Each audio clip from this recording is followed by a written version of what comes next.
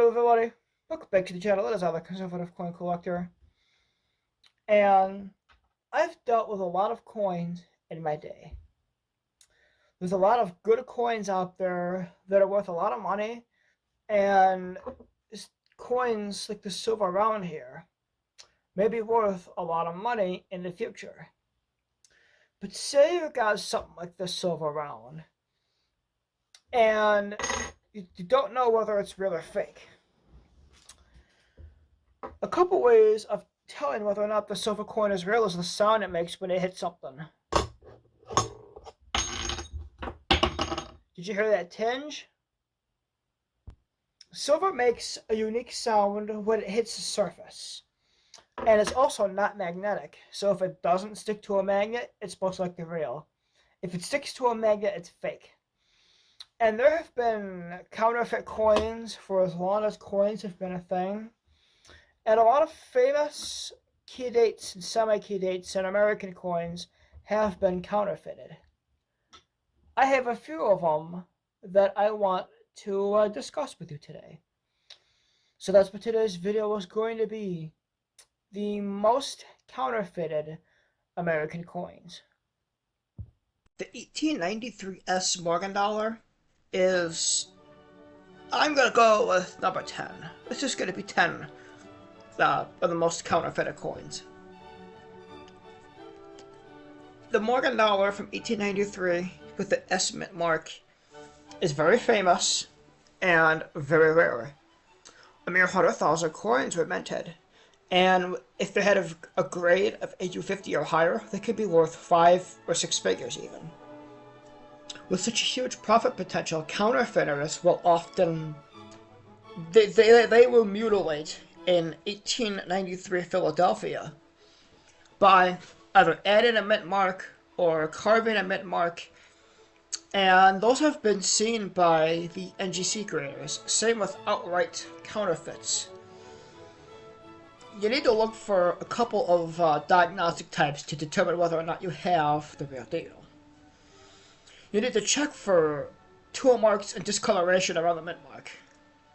The presence of either is an indication the S may have been added. You need to look for unusually weak details, and you need to compare any depressions against known fakes. You also have to verify whether the diagnostics of the known authentic specimens are present.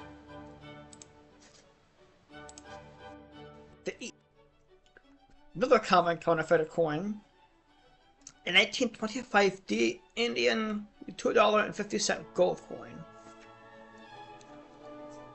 The most types of counterfeits are outright fakes. The 1925 D gold quarter eagle is another common example of a coin that is still extensively counterfeited. The quarter eagle has one of the higher mintages of the whole series at 578,000 coins, as was the case of a few gold coins higher on the list. These fakes were often made to deceive collectors. If you want to know if it's fake or not, check for tool marks in the recesses of the back of the Indian's neck, or check for heavy tool marks that are often seen around the perimeter of counterfeits. They appear as raised spikes. Look for unusually weak details and compare any depressions against known fakes. The 1915 Indian $5 coin had just under 600,000 pieces minted. It's a large mintage and a relatively common Indian half-eagle. However, higher grade dates are still worth much more than the gold itself in the coin. That being said, the most common types of counterfeits are outright counterfeits. And just like with the other two coins, you have to check for tool marks in the recesses of the back of the Indian's neck, like in the last coin. And then look for unusually weak details, like in the last two. And you have to compare any depressions against known fakes. There are tons of known fakes out there, and those are a guide to determine whether or not your coin is the real deal or phony baloney.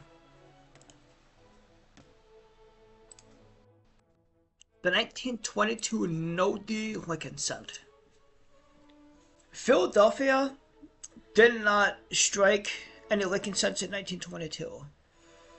And how you can tell the coins from the Philadelphia Mint is a P mint mark. However, an overzealous Denver mint worker overpolished some dies, leading to the 1922 D Lincoln cents having their mint marks removed. While the 1922 D is a relatively common, the 1922 no D is much more scarce and valuable. Due to the difference, and an unscrupulous person can efface the D from a coin, making it look like it's a no D. Because Philadelphia either did the P mint mark, or they just didn't put a mint mark, so you would know it's from Philadelphia. But I've actually come across in my coin roll hunting days 1922s that I thought could have been no Ds, but it turns out it's just post-mint damage. And post-mint damage is very easy to find and discover. You need to check for tool marks below the date, because if it looks like there was a gouge below the 1922, it's most likely a fake.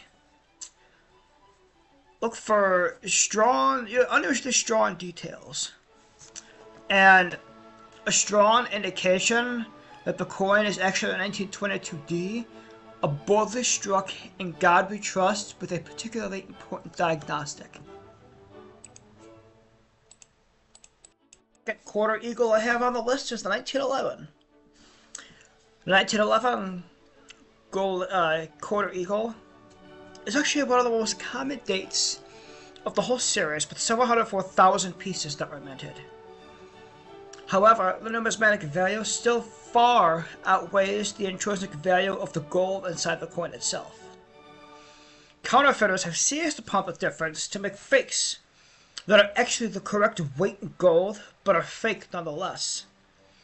It is believed that many of these fakes likely originated in the Middle East in the 1960s. Of course, you gotta check for tool marks and compare any depressions. And another thing before I forget you should check for is the weight itself. Certain coins have certain weights to them, and certain coin rolls should have a certain weight to them, which is why you see people who coin roll hunt on the regular weigh their rolls, because rolls have an average weight. If they're heavier or lighter, they could be missing a coin, have a silver in there, and there could be tons of stuff in there they don't know. But the weight is always key. If when in doubt, look up the normal weight of the real coin, and then check the weight of the coin that you have. And if it's off by more than a couple ounces, it's fake. Halfway through the list, we got an 1882 Indian head $3 coin. And it's mostly outright counterfeit. It's the most commonly seen 1882 $3 gold counterfeit coin. It's produced by the so-called Omega Man. The calling card for his face with the tiny Omega symbol. Now this particular counterfeit, the symbol is found inside the loop of the R in Liberty, and they were likely created in the 1970s to deceive collectors. Along with the heavy tool marks and weak details, you need to check for the minuscule Omega symbol in the R of the Liberty. That was the so-called calling card or call sign of the counterfeiter. 1914 D Lincoln cent is the first cent I have on the list that's counterfeited. The most types that you can see counterfeited are outrights, an added mint mark, or an altered date. It's not quite as desirable as the next cent that I have for you on the list, but the 1914 D Lincoln cent can actually has a smaller surviving population. making it a prime target for counterfeiters. The most commonly seen fakes are by counterfeits, but added mint marks and date alterations are relatively common as well. You need to look for unusually weak details, and you have to compare the position and shape of the mint mark to genuine examples. Added D counterfeiters often use the raw mint mark style. Look for a large gap between the 9 and the 1 in the date. 1944 D cents are commonly altered to appear as 1914 D cents, and it leaves far too much space between the first two digits. And here, a third quarter eagle has entered the video. The 1914 gold quarter eagle.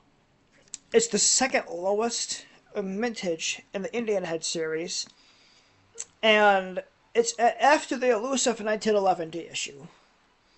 Only 240,000 pieces were struck, and the dates are highly sought after collectors, especially on circulated grades. Unfortunately, there are also a lot of counterfeits with this date as well, and many of these fakes, like with the other quarter eagles, were minted in the 1960s, used to deceive collectors from both 60 years ago and today. You gotta check the tool marks and see if there's any unusual weak spots. It's pretty much the same with the other quarter eagles. Tool marks in the recesses of the back of the Indian's neck have your tool marks, and compare to the against known fakes, the depressions. 16 mercury dime is also, just like the other coins on this list, counterfeited. There's outright counterfeits and added mint marks. The 1916 D is a famous key date in the extremely popular Mercury Diamond series. This popularity has resulted in significant values. The 1916 is quite common and affordable, but the counterfeiter has also taken advantage of adding a tiny D mint mark. If you want to know if the D mint mark is counterfeit or not, compare the position of the genuine examples to the counterfeit examples, and look for unusually weak D details. Damage and stuff that looks like it was added post-mint. It's obvious, but if you know what you're looking for. The most popular coin in the United States. It's one of the most popular, at least. And it starts off my favorite cent collection, the wheat cents. It's the 1909 SVDB Lycan cent. The popularity has led it to become the most commonly altered and counterfeited collectible coin in the world, according to submissions for NGC. For a counterfeiter, the addition of the simple yet small design elements are what are counterfeited. The S mint mark and the close-up of a VDB, and VDB stands for Victor David Brenner, the initials of the person who designed the coin, are two counterfeits you need to look out for. Counterfeiters have gotten good. It can make a very cheap coin look like it's worth hundreds, if not thousands of dollars. And because of the frequency of the forgeries, it's essential to look at every single 1909 SVDB you may come across. Only 484,000 were minted, so you're not going to find many. Along with the checking for the tool marks around the S and the VDB, compare the position of the mint mark to real ones, and there's 4 positions that it could potentially be in. And as always, look for weak details.